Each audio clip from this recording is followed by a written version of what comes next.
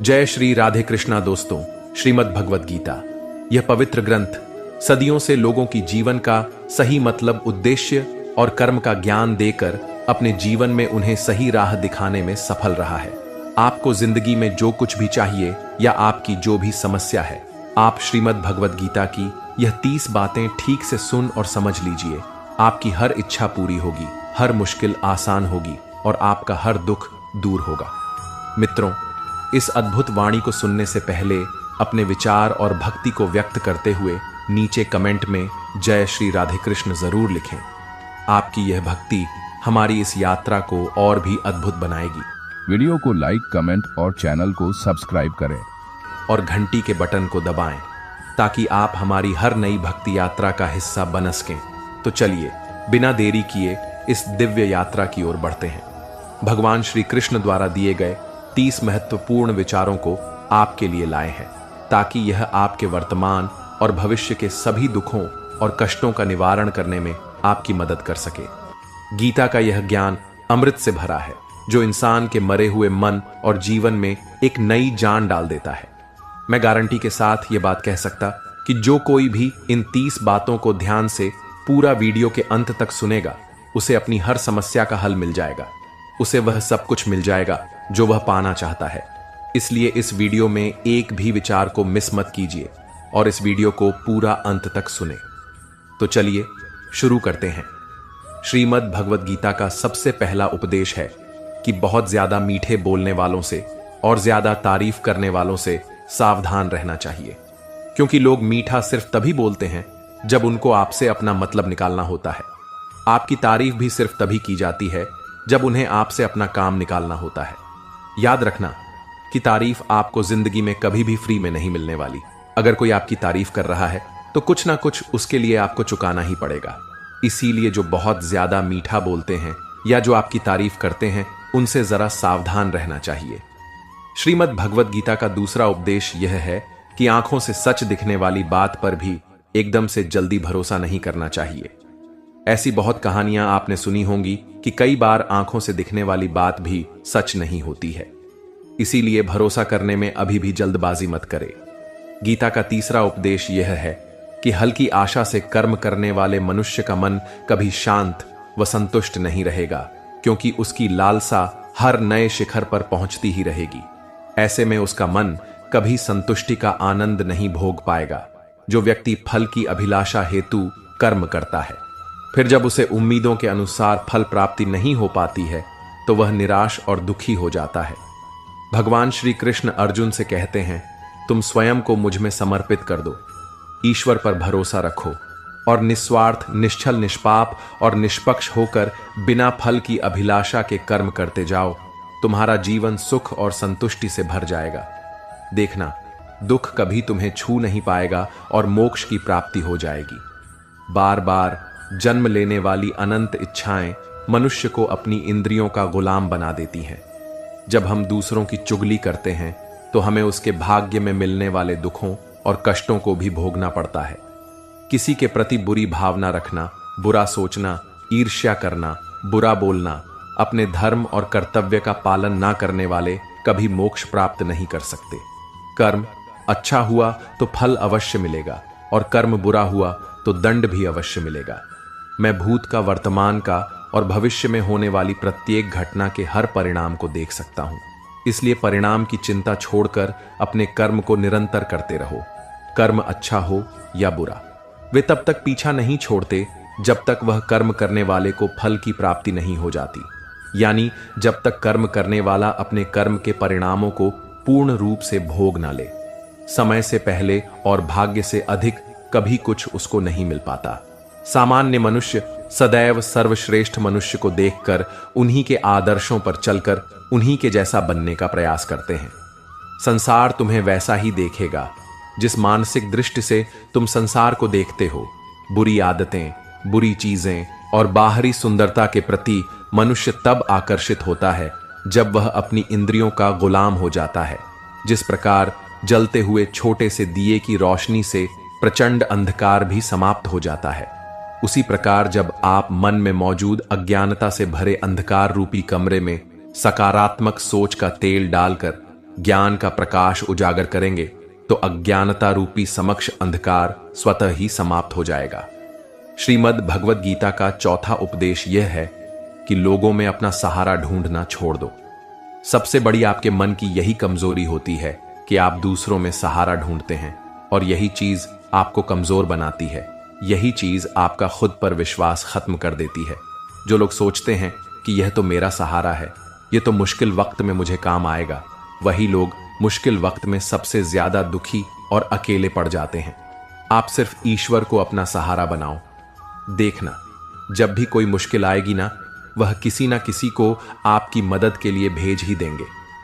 दुनिया को सहारा मत बनाओ।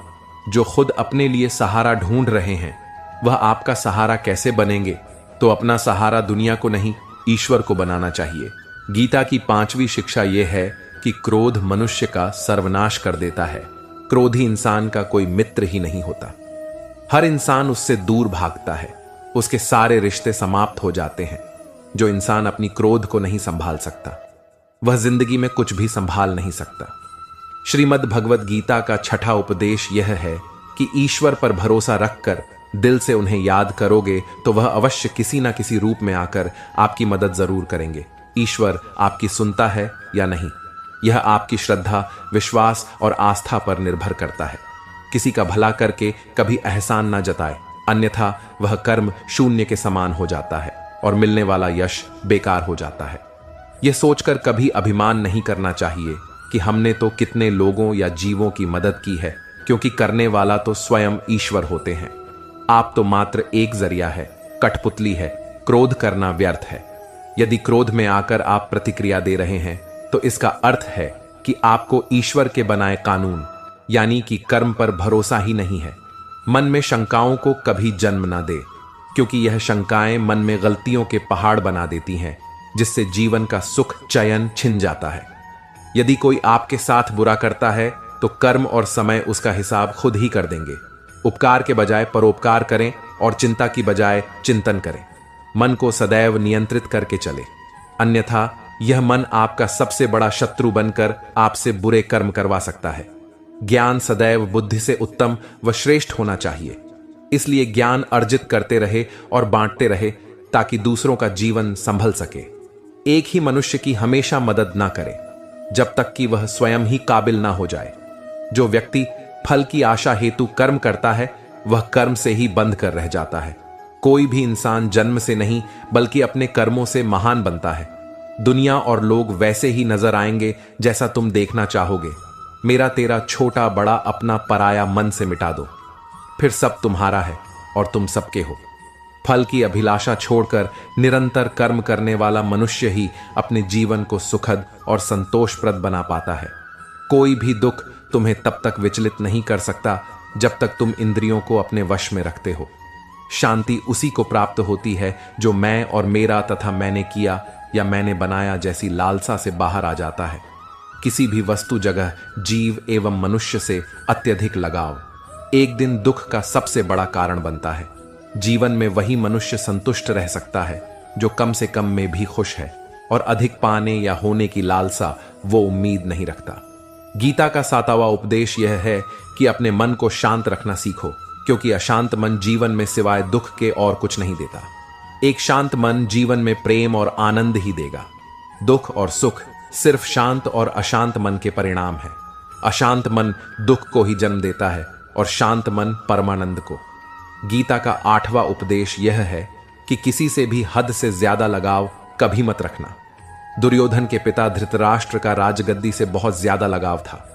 राजगद्दी के आगे उन्हें कुछ भी दिखाई नहीं देता था, और गद्दी के लिए उनका वह हद से ज्यादा लगाव और मोह पूरे राष्ट्र को ले डूबा, अनगिनत लोगों की मौत का कारण बन गया। आप भी जब किसी के पीछे हद से ज्यादा पागल हो जाते हैं तो वह चीज आपको मिले या ना मिले, लेकिन आपकी जिंदगी जरूर खराब कर देती है। अध्यात्म ज्ञान ही जीवन को सुकून की तरफ ले जा सकता है। लोगों की बातों पर जितना ध्यान देंगे उतना ही आपका खुद पर से विश्वास कम होता जाएगा। इसलिए खुद पर विश्वास कर खुद के दम पर आगे बढ़ो और स्वयं ही अपना मार्ग तय करो। जीवन में किसी भी पल कुछ भी हो सकता है। जीवन सीमित है। समय व्यर्थ मत करो। बुरे अतीत को याद करके दुखी होने से अच्छा है कि उससे सीख लो और अपने वर्तमान को सुधार कर एक बेहतर भविष्य का निर्माण करो। किस बात को लेकर परेशान हो? कर्म करो और ईश्वर पर भरोसा रखो। क्या होगा क्या नहीं, यह ईश्वर पर छोड़ दो। जितना अधिक पुरुषार्थ करोगे, स्वर्ग का मार्ग उतना ही सरल होगा। स्वयं को ईश्वर के चरणों में सौंप दो। नित्य अच्छे कर्म करो और लोगों की भलाई करो, उन्हें सही राह दिखाओ। एक ज्ञानवान व्यक्ति कभी भी कामुक सुख में आनंद नहीं लेता, इसलिए ज्ञानी बनो। जो हो गया वह अच्छा, जो हो रहा है वह अच्छा हो रहा है, और जो होगा वह भी अच्छा ही होगा।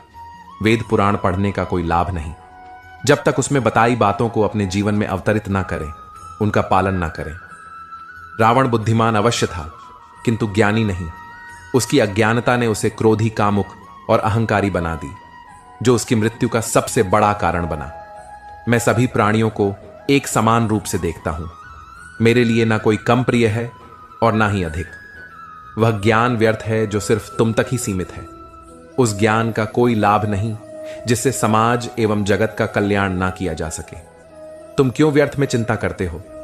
तुम क्यों भयभीत होते हो? कौन तुम्हें मार सकता है? आत्मा न कभी जन्म लेती है और ना ही इसे कोई मार सकता है। यही जीवन का अंतिम सत्य है। मनुष्य के कर्म ही मनुष्य को ईश्वर के नजदीक लाते हैं या ईश्वर से दूर कर देते हैं। इसलिए हमेशा अच्छे कर्म ही करें। जब जब इस धरती पर पाप, अहंकार और अधर्म चरम सीमा पर होगा, तब तब उसका विनाश कर धर्म की पुनः स्थापना हेतु मैं अवश्य अवतार लेता हूं। जो दान कर्तव्य समझकर बिना किसी सोच के किसी जरूरतमंद व्यक्ति को दिया जाए, वह दान सात्विक माना जाता है। जिसने मन को जीत लिया है, उसने पहले ही परमात्मा को प्राप्त कर लिया है, क्योंकि उसने शांति प्राप्त कर ली है। ऐसे मनुष्य के मन पर सुख दुख, सर्दी गर्मी और मान अपमान का कोई फर्क नहीं पड़ता। जो विद्वान होते हैं वह ना तो जीवन के लिए और ना ही मृत के लिए शोक करते हैं। गृहस्थी व समाज में रहकर परोपकार करना और अपने कर्तव्यों को पूरी निष्ठा से ईमानदारी के साथ निभाना, धर्म का पालन करना भी बड़े तप के समान होता है। गीता का 10वां विचार यह है कि इंसान ही आजकल इंसान का दुश्मन हो गया है। चाहे आप बिजनेस में देख लो, चाहे आप रिश्तों में देख लो, किसी भी फील्ड में आप देख लो, इंसान ही इंसान को नुकसान पहुंचा रहा है। इतनी प्रतिस्पर्धा बढ़ गई है, कितनी चोरियां बढ़ रही हैं, इतना क्राइम बढ़ गया है। शास्त्रों में जो कलयुग के लक्षण लिखे गए हैं कि एक दिन इंसान ही इंसान को खाएगा, वह समय तो आ गया है। इंसान ही तो इंसान को खा रहा है, एक दूसरे का बिजनेस खा रहा है, एक दूसरे की नौकरियां खा रहा है, एक दूसरे की जिंदगी की खुशियां खा रहा है। इंसान जो दुखी है उसे और दुखी करो, जो खुश है उसे परेशान करो। यही तो हो गया है। आजकल कहने को तो सब इंसान है, लेकिन इंसानियत कहीं दिखती ही नहीं। एक सेठ के घर से एक भिखारी निकल रहा था। उसने उस सेठ से कहा, मुझे एक गिलास पानी पिला दीजिए, बहुत प्यास लगी है। बहुत दूर से पैदल चलकर आया हूं, मेरे प्राण निकल रहे हैं। तो सेठ बोला, अभी आदमी नहीं है, आदमी आ जाए तो आपको पानी दे दिया जाएगा। थोड़ी देर बाद उस भिखारी ने सेठ से कहा, आप कृपया करके मुझे एक गिलास पानी पिला दीजिए, मैं चला जाऊंगा, मेरे प्राण निकल रहे हैं और आसपास में किसी का घर भी नहीं दिख रहा।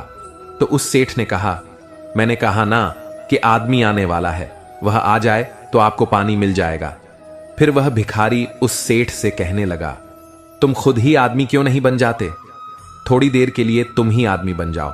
आजकल यही हो गया है, यहां कोई आदमी बनने को तैयार ही नहीं है। बस लोग एक दूसरे को नोचने में लगे हैं, एक दूसरे का फायदा उठाने में लगे हैं। इसीलिए ही कलयुग को मतलबी युग कहा जाता है कि लोग सिर्फ और सिर्फ एक दूसरे से अपने मतलब से ही जुड़े हुए हैं। गीता का 11वां उपदेश यह है कि जिंदगी में कभी भी खुद को किसी का जरूरतमंद मत बनाओ, क्योंकि जब तक आप किसी की जरूरतमंद नहीं होते, तब तक आपको कोई दुख नहीं पहुंचा सकता, कोई आपका फायदा नहीं उठा सकता। जिस इंसान के आप जरूरतमंद हो जाओगे, वह आपका लाभ उठाना शुरू कर देता है। जिस दिन आपने अपने जीवन को किसी का जरूरतमंद बना दिया, उसी दिन से आपको उसकी गुलामी करनी पड़ती। औरों की तो छोड़ो, जो लोग अपने नौकरों काम वाली भाइयों के जरूरतमंद हो जाते हैं, तो उनका सब कुछ सहना शुरू कर देते हैं, क्योंकि उन्हें पता होता है कि आपका काम उनके बिना चल ही नहीं पाएगा और आप खुद से उतना काम कर नहीं पाएंगे और दूसरा कोई आपको मिल नहीं रहा, तो उनका आपको परेशान करना शुरू हो जाता है। लेकिन जब उन्हें यह समझ आता है कि आप अपना काम खुद कर सकते हैं, तो आपको दूसरे 1000 ऑप्शन मिल सकते हैं, तो वे चुपचाप अपना काम करेंगे। अब अगर आप कोई ऐसी नौकरी करते हैं जहां आपके बॉस के गलत होते हुए भी आप उसका टॉर्चर सहते रहते हैं, तो आपको पता होता है कि आप उसके जरूरतमंद हैं और वह इसका पूरा फायदा उठाता है। और तो और, जिस घर परिवार में आप रहते हैं, अगर वहां भी आप किसी के जरूरतमंद है, तो वह आपको पूरा चूस लेता है, क्योंकि वहां आप 24 घंटे रहते हैं, कहीं और जा ही नहीं सकते। आपके सर पर चढ़ के नाचेगा वह इंसान और आपको पूरी तरह से अपने कंट्रोल में रखेगा। लोगों को बहुत मजा आता है अपने से कमजोर इंसान को अपने कंट्रोल में रखने में। आप चाहे हजारों के लिए अच्छा करो, चाहे हर वह काम करो जिससे उन्हें खुशी मिले, पर ऐसे लोग आपकी गर्दन को दबा कर रखते हैं। आप में अगर कुछ प्रतिभा है तो आपके पंख ही काट दिए जाएंगे। हर वह कोशिश की जाएगी आपके साथ जिससे आप जिंदगी में कभी आगे ही ना बढ़ पाओ। आप किसी का जरूरतमंद होना मर जाने से भी बदतर होता है। जरूरतमंद आपको गुलाम बनाकर रख देती है। आपने कभी गौर किया कि आपकी जिंदगी वही लोग खराब करते हैं जिनके आप जरूरतमंद हो जाते हैं। आपका सारा दुख वहीं से आता है जिसके आप जरूरतमंद होते हैं। जरूरतमंद सिर्फ शरीर या काम की नहीं होती, सबसे बड़ी जरूरतमंद मन की होती है कि जिंदगी में कोई हमें चाहिए, हमें संभालने के लिए नहीं तो हम खुश नहीं रह पाएंगे। अकेलापन लोगों से झेला नहीं जाता है। फिर कई बार आप ऐसे लोगों से जुड़ जाते हैं जो आपकी इस मन की जरूरतमंदी का पूरा फायदा उठाते हैं। आप उनसे रिश्ता इसीलिए जोड़ते हैं ताकि आपकी जिंदगी में थोड़ी खुशी आए, और वे लोग आपको खून के आंसू रुलाते हैं, आपकी पूरी जिंदगी नर्क बना देते हैं। याद रखना, एक बात, मां बाप के अलावा ऐसा दुनिया में आज तक कोई पैदा नहीं हुआ है जिससे आप जरूरतमंद हो और वह आपका फायदा ना उठाए। इसीलिए जिंदगी में कभी भी खुद को किसी का जरूरतमंद मत बनाना। गीता का 12वां उपदेश यह है कि असफलता के डर से दोबारा प्रयास ना करने वाला मनुष्य जीवन में बड़ी कामयाबी कभी प्राप्त नहीं कर सकता। क्रोध से भ्रम पैदा होता है, भ्रम से बुद्धि व्यग्र होती है। जब व्यग्र हो जाती है तब तर्क नष्ट हो जाता है, और जब तर्क नष्ट हो जाता है तब व्यक्ति का नाश हो जाता है। बड़ी कामयाबी एक ऐसे ताले में बंद होती है जो 5 चाबियां से खुलती है: सकारात्मक सोच, एकाग्रता, सच्ची लगन, दृढ़ संकल्प और निरंतर प्रयास। निष्पक्ष और निस्वार्थ भाव से कर्म किए बिना मोक्ष की उम्मीद करना बेकार है। जब भी मनुष्य स्वयं के इंद्रियों के अधीन हो जाता है तो वासना, आलस्य और लालच जैसी बुरी आदतें मन पर सवार हो जाती है। लक्ष्य प्राप्त करने के लिए हमें कर्म में पूर्ण रूप से समर्पण अति आवश्यक है। इसके लिए धन की लालसा मन से निकालकर अपने कर्म पर केंद्रित होना चाहिए। कर्म को लेकर श्री कृष्ण जी कहते हैं, हे अर्जुन, तुम कर्म करने के अधिकारी हो, न कि उससे मिलने वाले फल के। अतः बिना फल की आशा किए जब कर्म करोगे तभी तुम फल की प्राप्ति के पात्र कहलाओगे।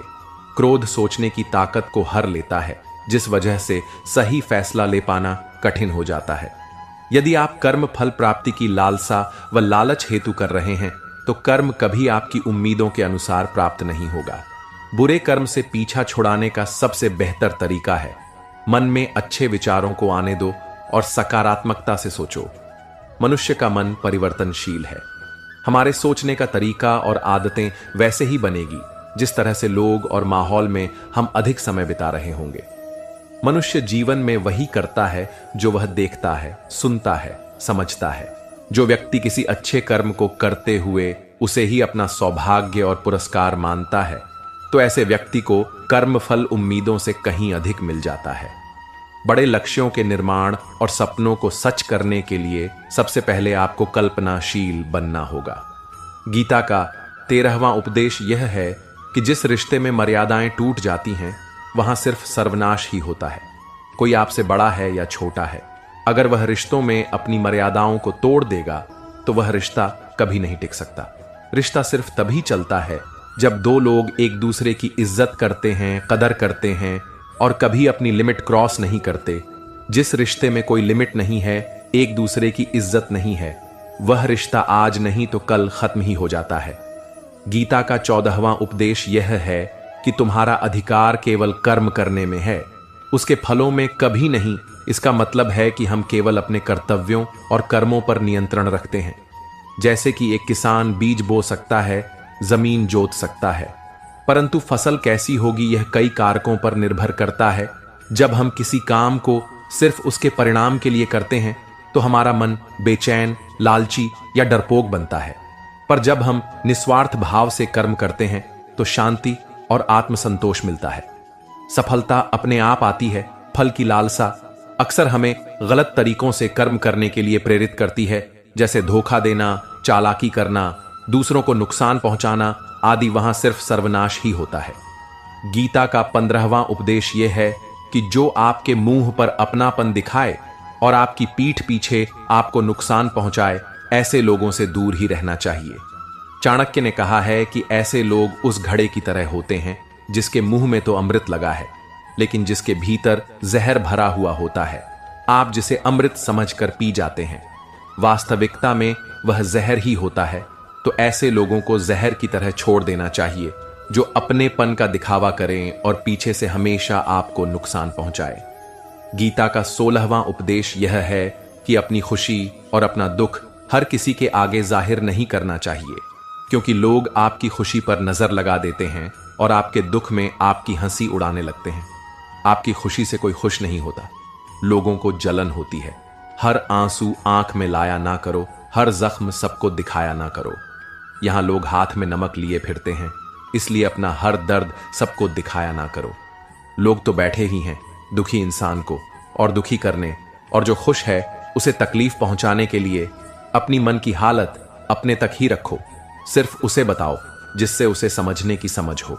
गीता का 17वां उपदेश यह है कि जीवन में कई बार नया शुरू करने के लिए पुराने को पूरी तरह से मिटाना पड़ता है। श्री कृष्ण से कुंती ने पूछा था कि हे कृष्ण, क्यों तुमने इतना बड़ा महायुद्ध करवा दिया? तो श्री कृष्ण ने बोला कि अधर्म बहुत बढ़ गया था और इस अधर्म का पूरी तरह से नाश करने के लिए, एक नए युग को लाने के लिए पुराने का सर्वनाश करना बहुत जरूरी होता है। जब कोई महल पूरी तरह से भंगार हो जाता है, बहुत पुराना हो जाता है, तो उसे पूरी तरह से तोड़कर फिर से नवनिर्माण होता है। ऐसे ही आपके जीवन में भी अगर आपको कुछ नया करना है तो पुराने को पूरी तरह से मिटाना होगा। गीता का 18वां उपदेश यह है कि जब भी जिंदगी में खुद को अकेला महसूस करो, तब इस सच्चाई को ठीक से समझ लेना कि आप दुनिया में अकेले ही आए थे और अकेले ही जाओगे। वास्तविकता में यहां कोई आपका अपना नहीं है। एक दिन तो जो माँ बाप हमें जन्म देते हैं वे भी हमें अकेला छोड़कर चले जाते हैं, तो औरों से तो उम्मीद ही क्या करना।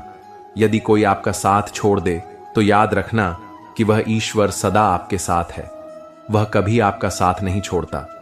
गीता में श्री कृष्ण ने अर्जुन से कहा कि चाहे कोई मनुष्य मुझे माने या ना माने, लेकिन मैं इंसान का साथ कभी नहीं छोड़ता, क्योंकि यह सब मेरी ही संतानें हैं। इंसान को ईश्वर का ही अंश कहा गया है, इसलिए मनुष्य को ईश्वर की संतान कहा जाता है। इसीलिए आपको अकेलेपन से कभी दुखी नहीं होना चाहिए, कभी डरना नहीं चाहिए, बल्कि किसी गलत इंसान के साथ रहने से डरना चाहिए। एक कहावत है कि something is better than nothing, यानी कुछ होना कुछ ना होने से कुछ गुना बेहतर है। लेकिन एक और कहावत है कि nothing is better than nonsense in nonsense लोगों के साथ रहने से अच्छा है कि आप अकेले ही रहो। इसीलिए गीता का यह उपदेश हर इंसान के लिए बहुत जरूरी है जो खुद को अकेला समझकर दुखी हो जाते हैं। इसीलिए अकेलेपन से डरना और दुखी होना छोड़ दो, क्योंकि यहां कोई किसी का नहीं होता।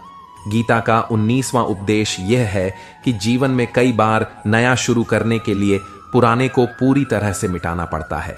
श्री कृष्ण से कुंती ने पूछा था कि यह हे कृष्ण, क्यों तुमने इतना बड़ा महायुद्ध करवा दिया? तो श्री कृष्ण ने बोला कि अधर्म बहुत बढ़ गया था और इस अधर्म का पूरी तरह से नाश करने के लिए, एक नए युग को लाने के लिए पुराने का सर्वनाश करना बहुत जरूरी होता है। जब कोई महल पूरी तरह से भंगार हो जाता है, बहुत पुराना हो जाता है, तो उसे पूरी तरह से तोड़कर फिर से नव निर्माण होता है। ऐसे ही आपके जीवन में भी अगर आपको कुछ नया करना है तो पुराने को पूरी तरह से मिटाना होगा। गीता का 20वां उपदेश यह है कि कभी भी अपने धन, अपने पद और बल का अभिमान नहीं करना चाहिए। दुर्योधन को बहुत अभिमान था कि मेरे पास भीष्म पितामह, द्रोणाचार्य और कर्ण जैसे योद्धा बैठे हैं, तो यह पांडवों को यूं ही मसल कर रख दूंगा। उसे अपने धन का अभिमान था, अपने पद और शक्ति का अभिमान था। लेकिन वही अभिमान एक दिन उसके सर्वनाश का कारण बना। जो लोग अपने पैसे के अहंकार में या शक्ति के अहंकार में दूसरों को नीचा दिखाते हैं, दूसरों को चोट पहुंचाते हैं, एक दिन उनकी वही गलती उनका सर्वनाश कर देती है। इसलिए जीवन में आप चाहे कितने भी सफल हो जाएं, कितने भी बड़े इंसान हो जाएं, लेकिन उसका अभिमान दूसरों को कभी मत दिखाना। गीता का 21वां उपदेश यह है। श्री कृष्ण अर्जुन से कहते हैं कि हे अर्जुन, मृत्यु जीवन का अटल सत्य है, जिसे कुछ समय के लिए टाला तो जा सकता है, किंतु झूठा साबित नहीं किया जा सकता। और यह शरीर तो किराए के घर की भांति है, जहां हम कुछ समय के मेहमान हैं। शरीर नश्वर है, किंतु आत्मा अमर है।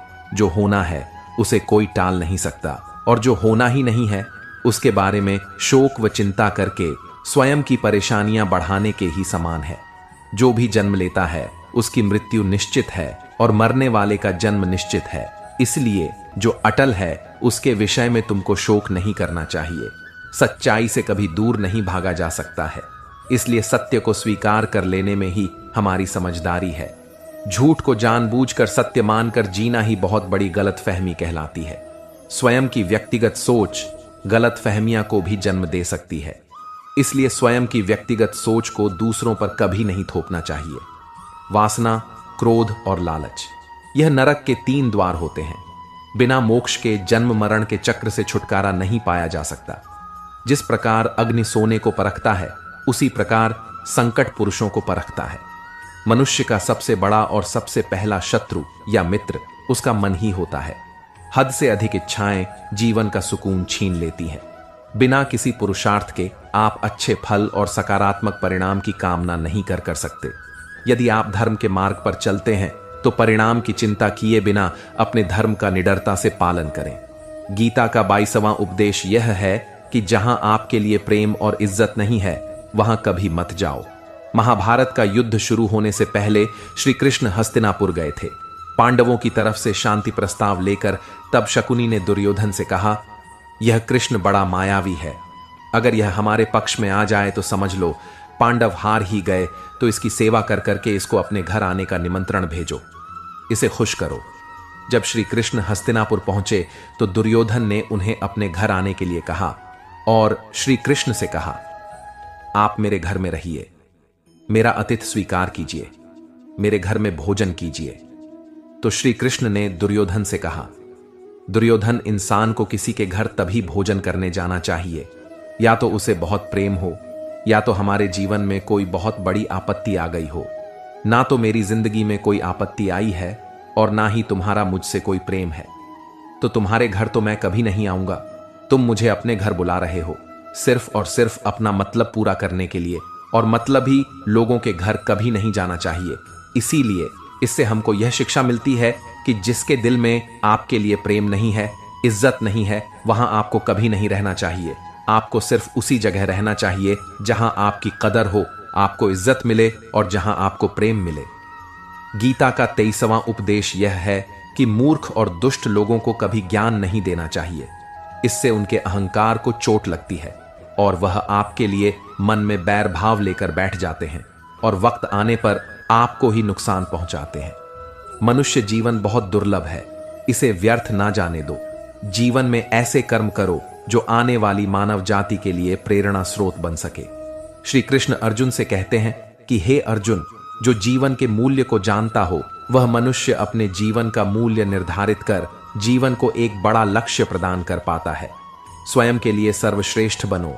आपका मूल्य समझकर दुनिया एक दिन आपका सम्मान करेगी। जीवन ना तो भविष्य में है ना अतीत में, जीवन तो इसी क्षण में है। इसलिए वर्तमान को खुश होकर जियो। श्री कृष्ण अर्जुन से कहते हैं कि हे अर्जुन, तुम्हारे तथा मेरे अनेक जन्म हो चुके हैं, मुझे तो वह सब जन्म याद है, लेकिन तुम्हें नहीं। खुद को जीवन के योग्य बनाना ही सफलता और सुख का एकमात्र मार्ग है। ईश्वर आपके जीवन को सुधारने संवारने हेतु अनेक कर्म करने के मौके देता है, किंतु मनुष्य अपनी इंद्रियों के अधीन रहकर उन मौकों का सही लाभ नहीं उठा पाता है। अच्छे कर्म करने के मौके कभी ना छोड़ो, कर्म करो। फल की लालसा छोड़कर कर्म करने वाला मनुष्य ही अपने जीवन को सफल बना पाता है। बुरे कर्मों के बाद जिंदगी भर कितने भी अच्छे कर्म कर लो, किंतु बुरे कर्मों का फल अवश्य ही मिलकर रहेगा। श्री कृष्ण अर्जुन से कहते हैं, हे अर्जुन, एक सच्चा योगी अपने कर्म फल की इच्छा किए बिना कर्म को धर्म समझकर पूरी निष्ठा से करता है। जो मनुष्य ना तो कर्म फल की इच्छा करता है और ना ही कर्म फलों से घृणा करता है, वह सन्यासी जाना जाता है। जीवन में किसी भी मुकाम को प्राप्त किया जा सकता है जब मनुष्य अपने मन पर नियंत्रण और खुद पर विश्वास रखकर आगे बढ़े। निर्बलता अवश्य ईश्वर देता है, किंतु मर्यादा मनुष्य का मन ही निर्मित करता है। गीता 24वां उपदेश यह है कि आप चाहे कितने भी अच्छे हों, लेकिन अगर बुरे लोगों के साथ रहोगे तो आपका भी वही हाल होगा जो बुरे लोगों का होता है। भीष्म पितामह एक ब्रह्मचारी थे, धर्मात्मा थे, लेकिन वह अधर्म के पक्ष में खड़े हो गए। द्रोणाचार्य भी एक ब्राह्मण थे, लेकिन वह अधर्म के पक्ष में खड़े हो गए तो अंत में उनका वही हाल हुआ जो एक अधर्मी इंसान का होता है। उनको मृत्यु के समय भयानक पीड़ा का सामना करना पड़ा। इसीलिए गलत संगति में कभी नहीं रहना चाहिए, क्योंकि कई बार आपको उनके संग में रहने की वजह से उनके ही कर्मों की सजा मिलने लगती है। फिर आपको समझ नहीं आता कि मैंने तो कुछ किया भी नहीं, मैं तो खाली उनके साथ रहता हूं, मुझे दुख क्यों मिला। बुरे लोगों का संगति आपकी जिंदगी में कभी खुशी नहीं लाएगा, इसलिए हमेशा अच्छे संगति में रहना चाहिए। गीता का 25वां उपदेश यह है कि जो दूसरों के साथ छल करता है उसका अंत बहुत बुरा होता है।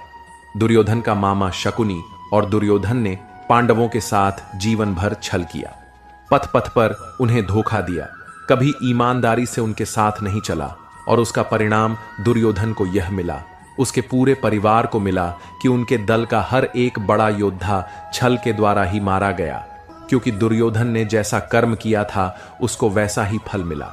सारा जीवन उसने छल किया तो अंत में उसकी खुद की मृत्यु भी एक छल से ही हुई थी। इसीलिए कोई अगर खुद को बहुत ज्यादा चालाक समझता है कि उसने दूसरे को धोखा दे दिया, दूसरे को बेवकूफ बना दिया, तो एक दिन कोई आएगा उसकी जिंदगी में भी तो उसको ही धोखा देगा, क्योंकि कर्मा सबके चेहरे याद रखता है। जो जैसा कर्म करता है उसको वैसा फल जरूर मिलता है। गीता का 26वां उपदेश यह है कि जीवन में जब भी कोई मुश्किल आए तो हिम्मत मत हारो, बस थोड़ा धीरज रखो। जो लोग मुश्किल वक्त में खुद को थोड़ा संभाल कर धीरज रखते हैं वह हर मुश्किल को आसानी से पार कर जाते हैं। एक राजा अपने गुरुजी के पास गया और उसने गुरुजी से जाकर बोला कि राज्य में वैसे तो हर प्रकार की खुशहाली है, पर वक्त का कोई भरोसा नहीं है। अगर कभी जिंदगी में कोई मुश्किल वक्त आए, कोई बुरा वक्त आए, तो उस वक्त के लिए मुझे कोई मंत्र दीजिए, कोई शिक्षा दीजिए, कोई उपदेश दीजिए कि उस बुरे वक्त से कैसे बाहर निकलना है। तो गुरुजी ने उसे एक ताबीज बांध कर दे दिया और राजा से कहा, इस ताबीज में मैंने एक मंत्र लिख कर रखा है। जब तुम्हारी जिंदगी में बहुत बुरा वक्त आए और तुम्हें लगे कि इससे बुरा तो अब कुछ हो ही नहीं सकता, उस समय पर यह ताबीज खोल के तुम इस मंत्र को पढ़ लेना। तुम्हारे अंदर बहुत शक्ति आ जाएगी। और एक दिन ऐसा हुआ भी कि उस राजा के राज्य पर किसी दूसरे राजा ने आक्रमण कर दिया। इस राजा की ऐसी स्थिति हुई कि उसे अपना राज्य छोड़कर, पूरे शहर को छोड़कर अपने कुछ लोगों के साथ भागना पड़ा। उस समय पर राजा बहुत दुखी था और विचार करने लगा कि गुरुजी ने मुझे ताबीज दिया था कि जब जिंदगी में बहुत बुरा वक्त आए तब उसे खोलकर पढ़ना और अंदर जो मंत्र लिखा हुआ है वह मेरे अंदर शक्ति भर देगा। राजा ने विचार किया कि इससे बुरा वक्त और क्या हो सकता है। उसने गुरुजी का दिया हुआ ताबीज खोला और उसके अंदर लिखा हुआ था कि यह वक्त भी गुजर ही जाएगा। इस वचन को पढ़कर राजा के मन में एक शक्ति आई, विश्वास जगा कि यह जो बुरा वक्त है यह अभी टिकने वाला नहीं है, यह अभी निकल ही जाएगा। इसलिए मुझे हिम्मत नहीं हारनी है, वापस से अपनी सेना खड़ी करनी है। और उस राजा ने वापस अपने सैनिकों को जमा करके अपनी सेना को खड़ा किया और उस राजा पर हमला करके अपना राज्य वापस प्राप्त किया। तो जिंदगी में स्थिति चाहे कितनी भी बुरी क्यों ना हो, वह हमेशा के लिए नहीं रहने वाली, वह भी एक दिन गुजर जाएगी। वक्त चाहे कैसा भी हो, एक दिन जरूर बदल जाएगा। हमारी जिंदगी में न जाने कितनी बार दुख आए, कितनी बार मुश्किल वक्त आया, लेकिन हम हर बार निकल जाते हैं। ऐसे ही आपकी जिंदगी में जब कोई मुश्किल वक्त आए, बुरा वक्त आए, तो मन में यह विश्वास रखना कि यह वक्त भी एक दिन गुजर ही जाएगा। इसलिए अपनी हिम्मत मत हारो, अगर आपके अंदर धीरज है तो आप बुरे से बुरे वक्त को भी जरूर पार कर जाओगे। गीता का 27वां उपदेश यह है कि आज के युग में बहुत ज्यादा अच्छे मत बनो, नहीं तो यह दुनिया आपको लूट कर कंगाल कर देगी। पांडवों की कहानी यह शिक्षा देती है कि ज्यादा अच्छा बनना आपको कई बार बहुत दुख दे सकता है। जो पांडव हमेशा धर्म पर चलते थे, कभी कोई गलत काम नहीं किया, लेकिन उनका सारा राजपाट चला गया। उनकी पत्नी को भरी सभा में वस्त्र हरण करने की कोशिश की गई। भिक्षा लेकर के उन्हें अपनी जिंदगी गुजारनी पड़ी। कारण क्या था? वह कुछ ज्यादा ही अच्छे बन रहे थे। यह तो तब की बात है, और आज की दुनिया तो और बदल चुकी है। लोग अच्छे इंसान को इज्जत कम देते हैं, बल्कि उसका इस्तेमाल ज्यादा किया जाता है। अगर आप भी लोगों के साथ अच्छा चलते हैं तो आप इस चीज को खुद अनुभव कर पाएंगे। आप जितना लोगों के साथ अच्छा चलते हैं, लोग आपके साथ उतना गलत व्यवहार करते हैं। लोग आपका उतना ज्यादा इस्तेमाल करते हैं। आप दूसरों की खुशी के लिए कुछ भी करते जाते हैं और लोग सिर्फ आपका फायदा लेने में लगे रहते हैं। इसीलिए आज के जमाने में खुश रहना है तो बहुत ज्यादा अच्छे मत बनो। इसका मतलब यह नहीं कि आप बुरे इंसान बन जाओ। आप अपनी नजर में अच्छे बनते रहो। दुनिया की नजर में अच्छे बनने की कोशिश कभी मत करना। गीता का 28वां उपदेश यह है कि आप अपने गुजरे हुए वक्त को भूल जाओ, क्योंकि अगर आप गुजरे हुए वक्त के दुख में जीते रहोगे, उसके पश्चाताप में जीते रहोगे, तो आज भी आप कभी खुश नहीं रह पाओगे। समझदार लोग जो समय चला गया है उसका दुख कभी नहीं करते। आपका बीता हुआ कल कैसा भी क्यों ना हो, पर उसका प्रभाव आपके आज पर नहीं पड़ना चाहिए। जो भी आपके साथ हुआ उससे सबक लो, शिक्षा लो कि अब यह जिंदगी में आगे नहीं होने देंगे, और जीवन में आप आगे बढ़ जाओ। कई बार लोग रोते रहते हैं कि उस इंसान ने मेरे साथ इतना गलत किया, इसीलिए आज जिंदगी में मैं इतना दुखी हूं। लोग कोसते रहते हैं दूसरों को कि उसकी वजह से मेरी जिंदगी में दुख है, उसकी वजह से मेरी जिंदगी खराब हो गई है। लेकिन जब तक आप उसे कोसते रहेंगे, आप जिंदगी में कभी खुश नहीं रह पाएंगे, कभी आगे नहीं बढ़ पाएंगे। जो हुआ, जो लोगों ने आपके साथ किया, उसे आप बदल नहीं सकते, लेकिन आपका आज आप जरूर बदल सकते हो। कल के दुख से छूटना चाहते हो तो कल में नहीं, आज में जीना शुरू करो। आपको ऐसा एक भी इंसान नहीं मिलेगा जो अपने कल में जीता हो और प्रसन्न रहता हो। सिर्फ वही इंसान खुश रहेगा जो अपने आज में जीता है। कल में जीने वाला इंसान किसी न किसी पीड़ा से जुड़ा होता है, किसी न किसी दुख, किसी न किसी पश्चाताप से जुड़ा होता है। कल में जीना आपकी जिंदगी की सारी खुशियां छीन लेगा, तो जितना हो सके अपने पास्ट को भूल जाइए और अपने प्रेजेंट में जीना शुरू कीजिए। गीता का 29वां उपदेश यह है कि हमारे रिश्तेदार ही हमसे सबसे ज्यादा जलते हैं। हमारी सफलता से सबसे ज्यादा दिक्कत हमारे रिश्तेदारों को ही होती है। बाहर वालों को कोई फर्क नहीं पड़ता कि आपकी जिंदगी में क्या हो रहा है, और जो आपके रिश्तेदार होते हैं उनकी पूरी नजर रहती है आपकी जिंदगी पर बाहर से। तो वह यही कहेंगे कि आगे बढ़ो, सफल हो जाओ, खुश रहो जिंदगी में। और जब उन्हें आप अपनी सफलता के बारे में बताएंगे, अपनी किसी कामयाबी की खबर उनको सुनाएंगे, तो उसे सुनकर उन्हें बिल्कुल भी खुशी नहीं होती।